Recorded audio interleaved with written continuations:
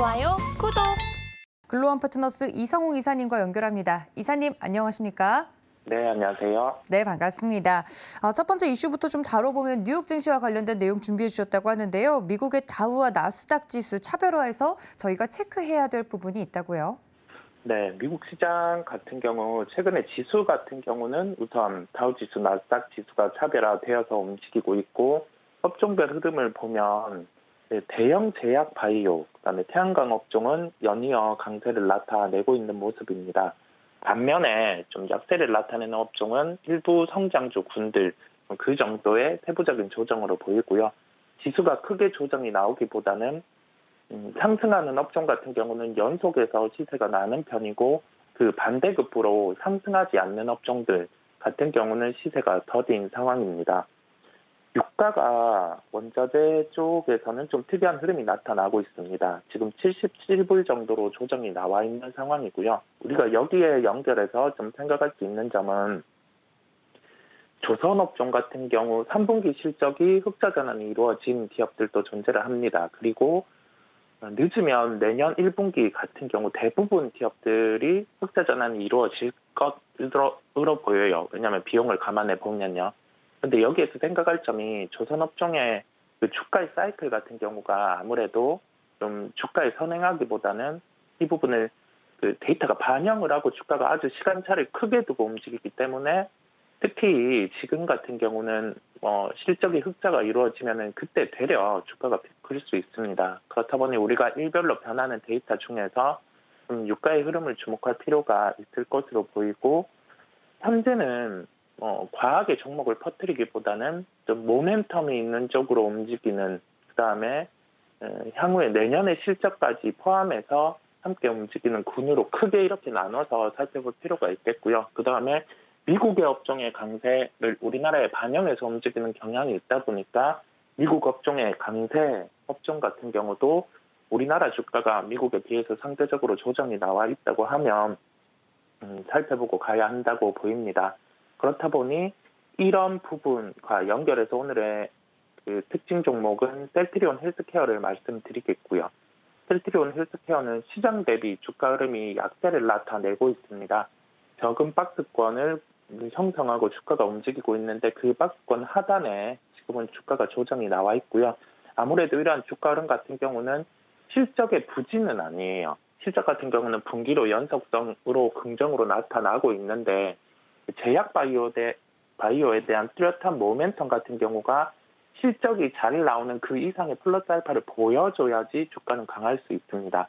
그렇다 보니 지금은 시가총액 상위주군들 중에서 좀 수급이 집중되고 빠지는 그 업종 내에서의 흐름으로 조정이 나와 있다고 보이고요. 그러면 미국 시장에서 상대적인 강세를 나타냈던 대형 제약 바이오 군들에 반응을 해서 우리나라 종목 같은 경우도 대형 바이오주들, 삼성바이오로지스, 셀트리온 헬스케어 이런 군이 주가가 좀 빠져 있는 게 셀트리온 헬스케어다 보니까 반응을 할 수 있다라는 점을 연결해서 생각을 해보시면 되겠습니다. 가격 접근은 64,600원대 접근 가능하다는 결론입니다.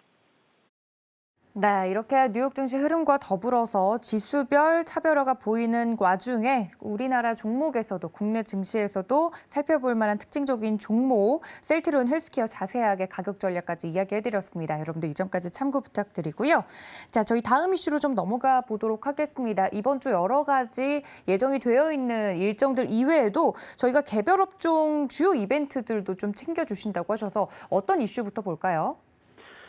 네, 개별 업종들의 주요 이벤트는 우리가 특정 이벤트가 존재를 할 때 주가와 연결해서 생각할 필요가 있다는 점이 가장 큰 포인트겠고요. 이 부분과 관련해서는 유닉스 코인 상장 관련 이슈 같은 경우가 가장 클 것으로 보입니다. 이 부분이 상장과 관련된 부분이 상장 폐지의 가능성이 거의 현실화되었고 이 부분이 28일, 29일 최종적으로 결정이 될 것으로 보이는 바 위메이드는 한 번 더 하한가에 도달할 가능성이 높아요. 그런데 통상 이 한 번 더 다음에 세 번째 하한가에서는 하한가를 푸는 경향이 있기는 한데 지금 기업 가치 같은 경우가 다시금 책정을 해야 되는 구간이다 보니 좀 매매 정도만 접근이 가능할 것으로 보이고 종목 같은 경우는 좀 유의를 해야 된다는 점을 강조를 드립니다. 그리고 오늘 우주 관련 정책 발표가 있어요. 우리나라 최근에 우주항공과 관련된 종목, 세트AI라든지 하나시스템, 그다음에 AP위성 이런 종목들의 주가는 좀 빠져 있는 상황입니다. 그렇다 보니 이런 그 정책과 관련해서 좀 매매를 대입해도 가능한 수준까지 주가가 하락을 해 있어서 종목 같은 경우는 접근을 해 보시면 되겠고요. 고려아연 같은 경우가 지분 경쟁에 놓여 있어요. 이게 본업이 뒷받침되는 그 종목 업종 안에서 이러한 플러스 알파가 될 수 있는 M&A, 지분 분쟁 이 요인 같은 경우는 주가를 한 번 더 레벨업을 시키는 영향이 있습니다. 그렇다 보니 우리는 이 지분 경쟁에 대해서 좀 첫 번째로 생각할 점은 지속될 수 있는지, 두 번째로 생각할 점은 그러면 여기에서 수혜가 볼 수 있는 게 뭔지를 생각해서 접근할 필요가 있겠고요. 종목은 영풍 정리를 말씀드리겠습니다. 금요일 주가 상승이 나타나기는 했어요. 그리고 이 부분에 대해서 시장에서 이제는 인지를 하고 가는 것으로 보입니다.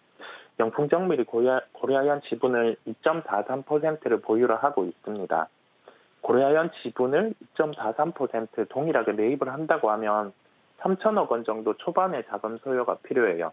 근데 영풍정밀 쪽에 지분을 대입하더라도 한 200억 원 초반의 자금이 소요됩니다. 그러면 우리가 여기에서 생각해 볼 수 있는 점은 현재 고려아연 중심의 경영권 분쟁, 즉 백기사에 대한 지분도 들여오고 반대급부로 반대쪽에서는 또 지분 매입에 대한 이슈를 추가로 제기할 수 있는 상황인 점에서 이를 풀어나갈 때 여기에서 자금을 적게 쓰면서 조금 더 지분을 가져갈 수 있으면 그 부분은 시장에서 최적인 상황입니다. 그렇다 보니 저번 주에 시세가 낮음에도 불구하고 이거는 일회성이 아니라 연속될 가능성이 높고요. 그런 점을 종합해서 가격 접근은 시가로 접근 가능하다는 결론입니다. 좋아요, 구독!